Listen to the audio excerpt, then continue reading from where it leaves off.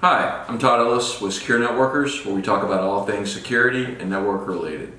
I wanted to talk today about something that I run across a lot, which is backups and recovery for the most part.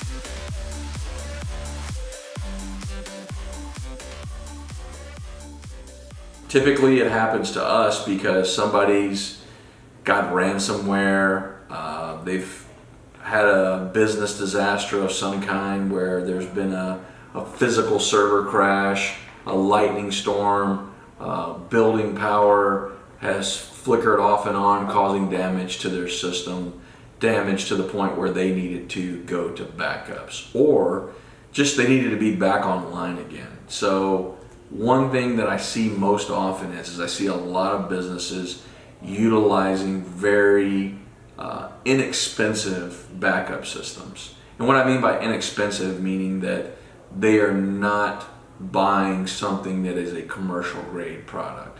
A lot of times it'll have the words pro attached to it, and they think they're buying something that's a professional product that will somehow allow them to recover all their data at a moment's notice, and they're going to be back online and ready to go. So there's a lot of things with that particular idea that cause people a lot of pain, and I see it way too often. One of the things is they never test the actual data backups.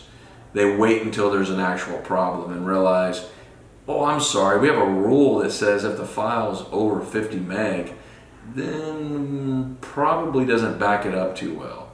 Well, that's a pretty big deal if you're backing up a database. Yeah, what you should have had, sir, was our server grade backup, which would allow you to back up that SQL database. And the people don't understand why. So, especially in the Windows environment, you have flat files, right? And flat files are a lot like pictures and spreadsheets and Word documents and flat database files that maybe you would use without having some type of an engine that runs that. Files that are not are database files that run things like SQL and MySQL, or some people even are still running their own mail servers where they have an Exchange in-house. And what you need for that is you need something that can actually quiesce, and that's a fancy word meaning that, okay, guess what, guys, we're going to take a picture of the data and we need everything that's in memory to write itself to hard drive. That's basically what it's saying. And what it does is it basically takes a snapshot of what the hard drive looked like at that time, all the ones and zero arrangements.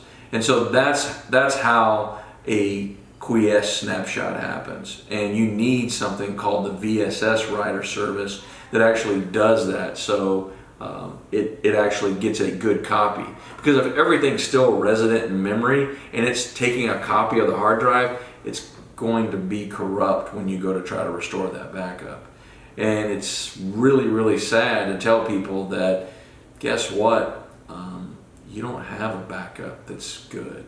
You've lost all your data. The ransomware that just got you, or the crashed hardware, has basically just killed your livelihood. And maybe you're going to have to enter in a year's worth of data, or maybe you don't even have that option. You're going to have to start over from scratch. You're going to have to look at your balance sheets that you have from your banking and call your customers that you can get a hold of, and what do you have on physical paper that you can actually begin to start over and pick up the pieces.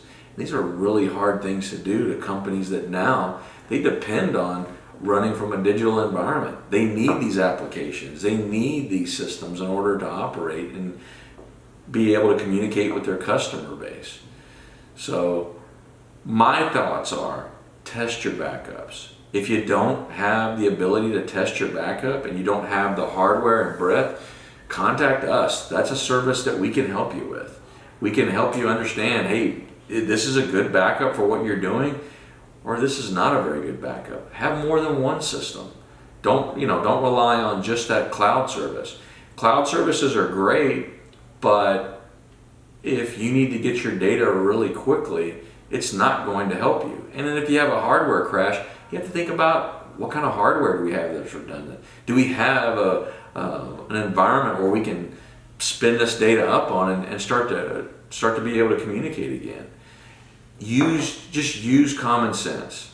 If you have a backup plan, test your backup plan. It could be the greatest thing in the world, but if you don't test it, you'll never know. And it's just good training. It's just sound advice for your business. Again, I'm Todd Ellis, Secure Networkers. If you have any questions, give us a call or email us, contact us. Thank you.